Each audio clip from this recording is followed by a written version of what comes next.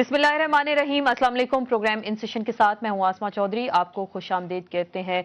लोग अक्सर एक सवाल अब कर रहे हैं 18वीं तरमीम के बाद कि 18वीं तरमीम के मंजूर होने से आवाम के मसाइल में किस हद तक कमी हुई है, आवाम के लिए 18वीं तरमीम में क्या था, और गुड गवर्नेंस एक आजकल काफ़ी लफ्ज़ निकल पड़ा है। इसके हवाले से लोग कहते हैं कि गुड गवर्नेंस क्या होती है, क्या गुड गवर्नेंस में अवामी मसाइल को एड्रेस किया जाता है और अवामी मसाइल को सही मानों में हल करने की कोशिश की जाती है या नहीं। यही कुछ आज के हम पॉइंट्स हैं, इन पे गुफ्तगू करेंगे, कुछ बात करेंगे क्या नए सूबे बनाने से भी अवाम के मसाइल हल होंगे या नहीं।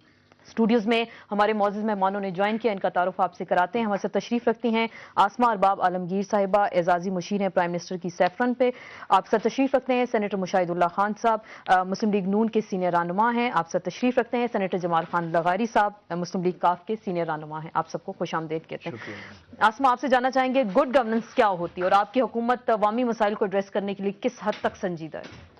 बिस्मिल्लाहिर्रहमानिर्रहीम। आसमा, एक तो मैं आपको ये पॉइंट बताऊं कि जब ये आजकल ये बात चली है कि जी 18वीं तरमीम तो अभी सेनेट से भी पास हो गई है और good governance, people are linking these two things together. आप मुझे बताएं कि 18वीं तरमीम में अगर ये लेजिस्लेशन और ये अमेंडमेंट्स हम नहीं लाते जो बुनियाद है एक गुड गवर्नेंस के, 18वीं तरमीम के तहत और NFC के तहत आप देखते हैं कि ज्यादातर पावर्स जा रहे हैं सूबों को। इसका मतलब क्या है? इसका मतलब ये है कि अवाम तो कोई मरकज में तो नहीं रहती ना, चारों सूबों में बटी हुई है ये करोड़ों अवाम। सूबों के पास ज्यादा पैसा आएगा, ज्यादा पावर्स आएंगी, ज्यादा वो इनहैंस होंगी अवाम तो के अवामी मसाइल कम, इससे लोड शेडिंग खत्म हो जाएगी, इससे बेरोजगारी, गुर्बत, जहालत, दहशतगर्दी बेरोजगारी आपको मैं बताती हूँ। हेल्थ और एजुकेशन जैसे जो इश्यूज है वो बिल्कुल सूबों को चले गए हैं। जब सूबे ज्यादा अस्पताल बनाएंगे, ज्यादा एजुकेशन सेंटर्स बनेंगे, नेचुरली बेरोजगारी।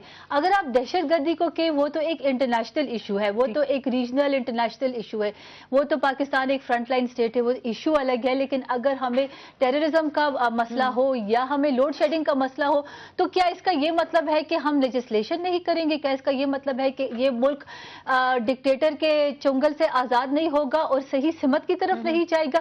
हमने स्ट्रेटेजी और सिमत तो सही करनी। लोड शेडिंग ठीक हो चुकी है या नहीं हो चुकी? क्योंकि आज हमने देखा जेलों में जो कुछ हुआ, वहां पे गोली चलाई गई, लोगों को मारा पीटा गया और फिर लोगों ने खुद से फिर कानून को हाथ में लेने की कोशिश की, एहतजाज किया। यही सूरत हाल हमने हजारा में देखी। तो हजारा में अगर इशू है वो ये नहीं है कि उन्होंने ये नहीं कहा कि आप नाम ना दे सूबे को, वो तो एक स्ट्रेटेजिक लोकेशन है, लेकिन नाम पर एतराज है।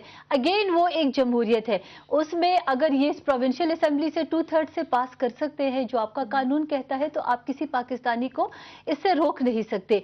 तो अब चूंकि जमहूरियत आ गई है मुल्क में वापस, तो issues are coming on the table, हमें इससे घबराना नहीं चाहिए। रही लोड शेडिंग की बात, मेरे ख्याल में आपने कल भी देखा होगा जैसे PM आए हैं, we are taking load shedding as seriously as we were taking। नहीं, अभी आप देखें बहुत कुछ होगा। आप देखें पानी आएगा, डैमों में, दरियाओं में पानी आएगा तो लोड शेडिंग, ये आप देखें जैसे आपके और मसले हल हुए हैं ऐसे ही लोड शेडिंग होगी।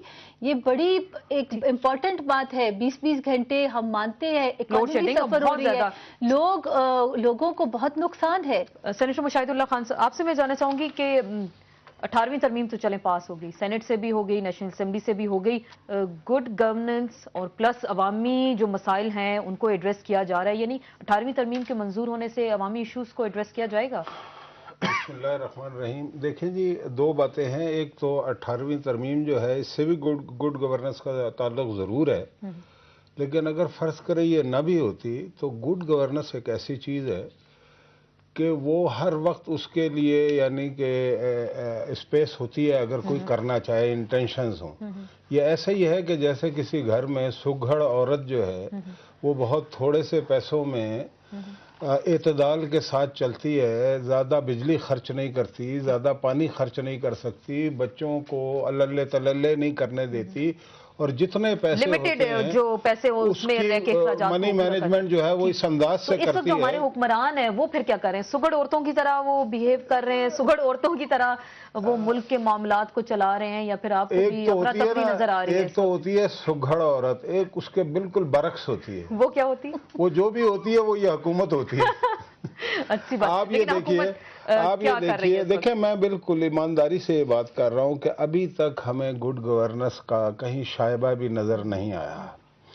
اگر فرض کریں 2 سال ہو گئے ہیں، یہ لوڈ شیڈنگ کی آپ بات ابھی کر رہی تھی، اگر اس میں چلیں ٹھیک ہے مسائل بھی ہیں، میں ساری باتیں سمجھتا ہوں، لیکن آپ 2 سال میں اگر اس میں کمی بھی واقع نہیں کر سکے، کچھ نہ کچھ تو یعنی کہ کمی واقع ہونی چاہیے تھی، اگر وہ بھی نہیں ہوئی تو کیسے عوام توقع آپ سے کریں گے کہ آپ اس کو ختم کریں گے؟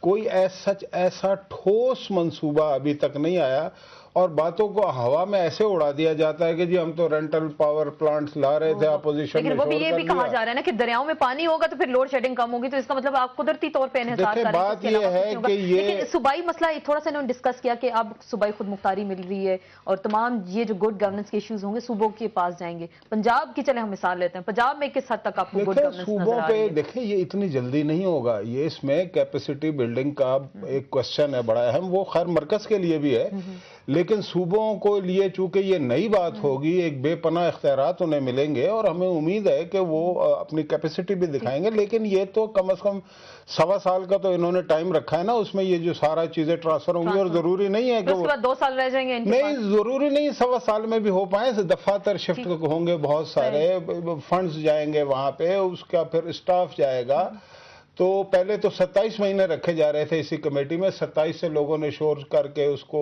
15 مہینے پہ لے کے آئے، لیکن ابھی یہ دیکھنا پڑے گا، یہ صرف اس بنیاد پہ کہ یہ چونکہ ہو گئی اب گڈ گورننس، ایسی بات نہیں ہے۔